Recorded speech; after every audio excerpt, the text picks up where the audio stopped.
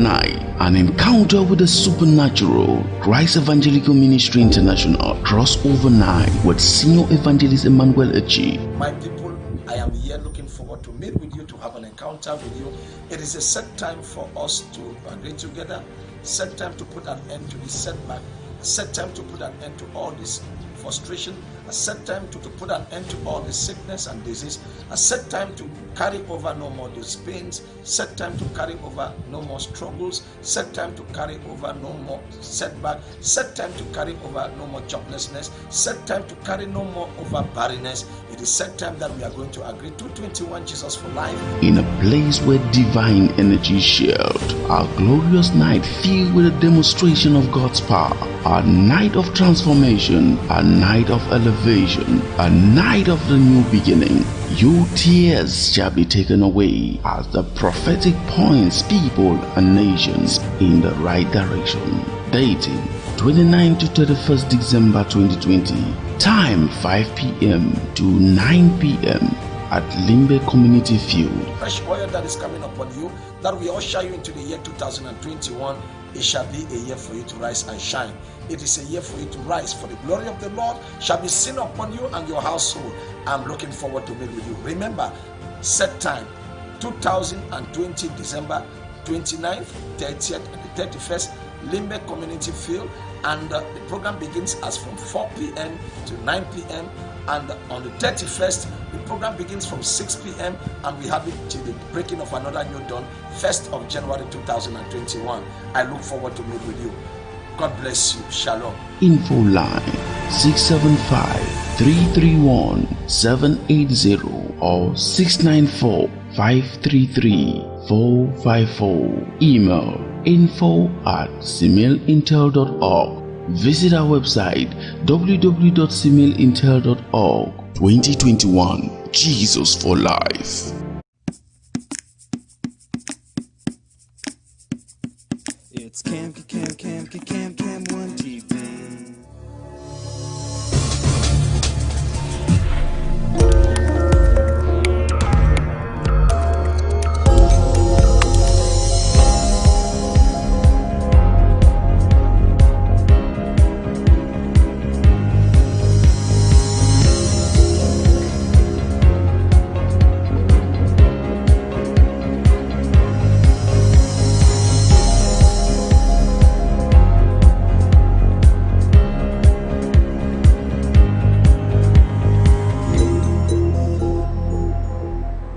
Greetings and welcome to the newscast on Cam 1 Television. I am Etonde Valerie Monono. Our top stories. A capacity building workshop was organized by the Lower Association for Widows in Limbe for traditional leaders and queen mothers of the Southwest and Northwest regions on the project Making Violence Against Women and Girls History in the Northwest and Southwest regions of the country. The International Federation of Women Lawyers organized a capacity building workshop for customary court judges to promote human rights laws, fight gender-based violence, and get highlights on jurisdiction. Following the successful first ever regional councillors elections, Southwest First Regional Assembly executives have been elected. Those were our top stories. I'll be right back with more details.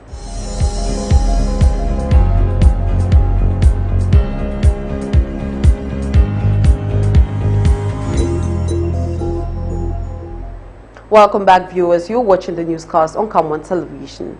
A capacity building workshop was organized by the Law Association for Widows in Limbe for traditional rulers and queen mothers of the Southwest and Northwest regions on the project Making Violence Against Women and Girls History in the Northwest and Southwest regions of the country. Let's get the details. A capacity building workshop was organized by the Law Association for Widows in collaboration with the International Federation of Women Lawyers FIDA Cameroon with traditional leaders and queen mothers of the Southwest and Northwest regions on the adverse consequences of discriminatory traditional practices and the eradication of harmful traditional practices so as to bring about a change of attitude. The workshop, first of all, it's teaching time because there are so many harmful practices that we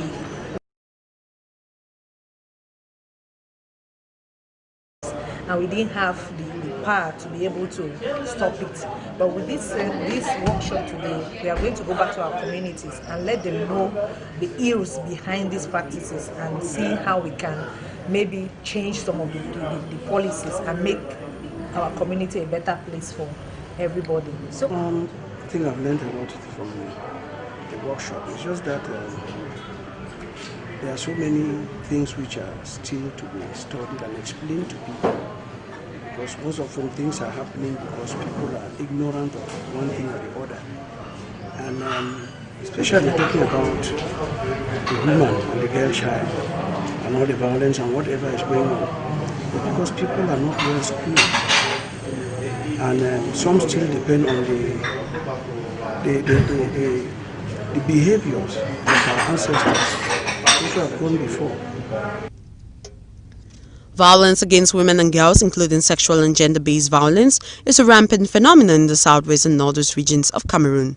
With the ongoing crisis adding fuel to the region fire, the Law Association for Widows Cameroon has called on traditional heads to look into discriminatory traditional practices and its devastating effects. If it can only create meaning and impact if we get back to the grassroots level and try to assimilate the information, to spread the information to all of them, and to understand that the women they have their dignity, they have their right that the laws protect, the international laws protect. We should be able not to put the women under physical torture, emotional torture, and otherwise. And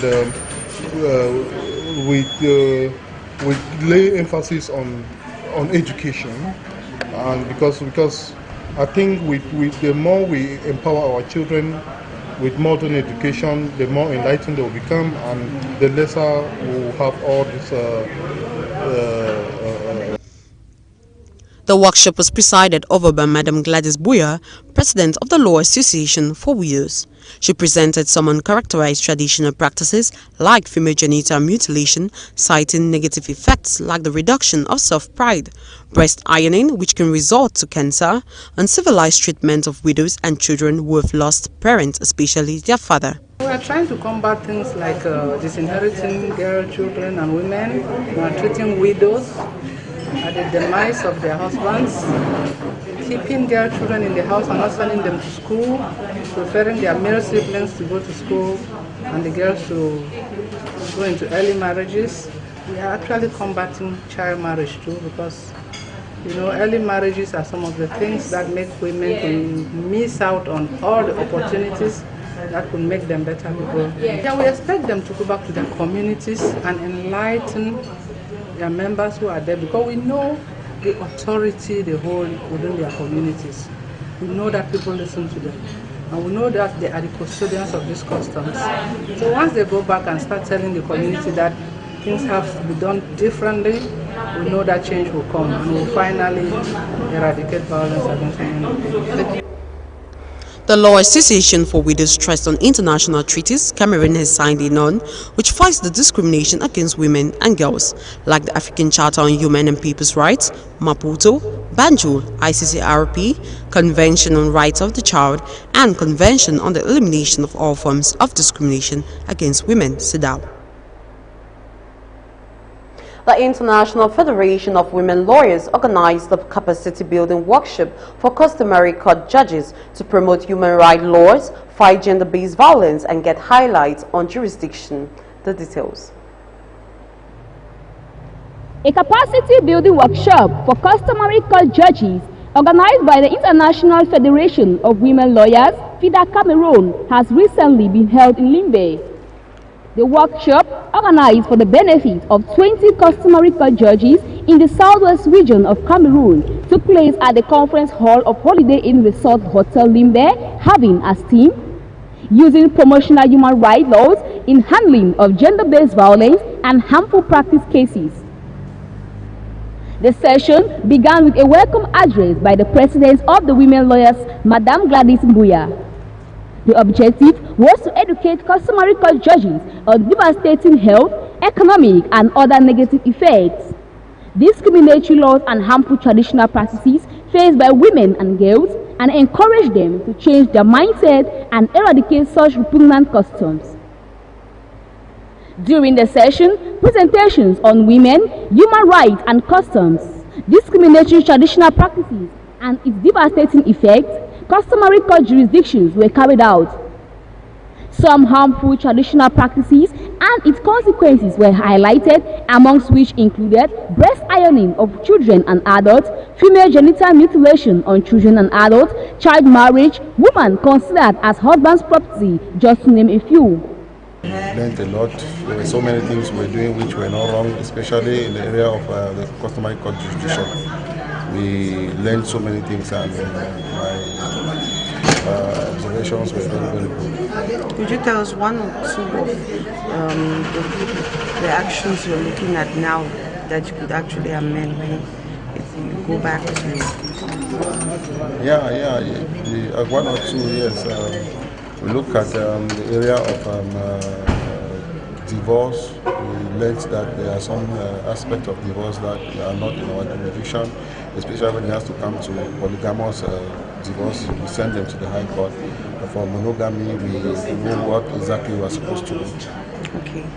Could you just give a word out to FIDA that organized this program? Yeah, I want to say kudos to them. Their work should go ahead. We are very happy with what they are doing, and we look forward to cooperating with them time and again. The purpose of this workshop is to create awareness and to teach judges to be aware of the laws to use, like human rights laws, to solve the problems they are facing in their career. Okay. So do you think the message has gone through? The message has gone through, and I'm happy that they have learned a lesson and that they will put it in practice, what FIDA has given them today. It will help them a lot and go a long way to solve the problems that they have been facing in their career. Thank you very much. You're welcome. The Penal Code of 2016 was explained, eradicating some obnoxious traditional practices and violence against women and girls. We can look at issues like forced and early marriage. Forced and early marriage in itself, much more often than not, they are relying on Section 52 of the Civil Status Registration Ordinance 1981 that permits the marriage of a girl at 15 and the boy at 18 with the consent of the parents. But this provision, this law, though not repealed specifically by the 2016 Penal Code, punishes anyone who gives a girl less than who gives somebody less than 18 years in marriage. Implicitly, you see it's been repealed, but since the civil status registrars are dealing with the civil status document when they are organizing marriage, it remains problematic.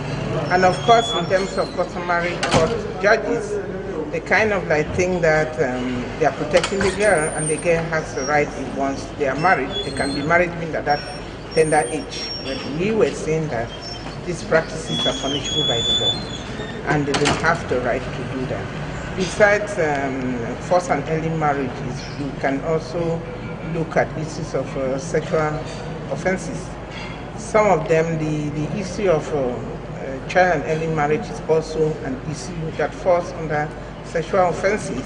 But besides that, we also look at issues of rape, which is important to state that even in Cameroon, rape, you can be punished for rape in your own spouse, especially when you forcefully have intercourse with her.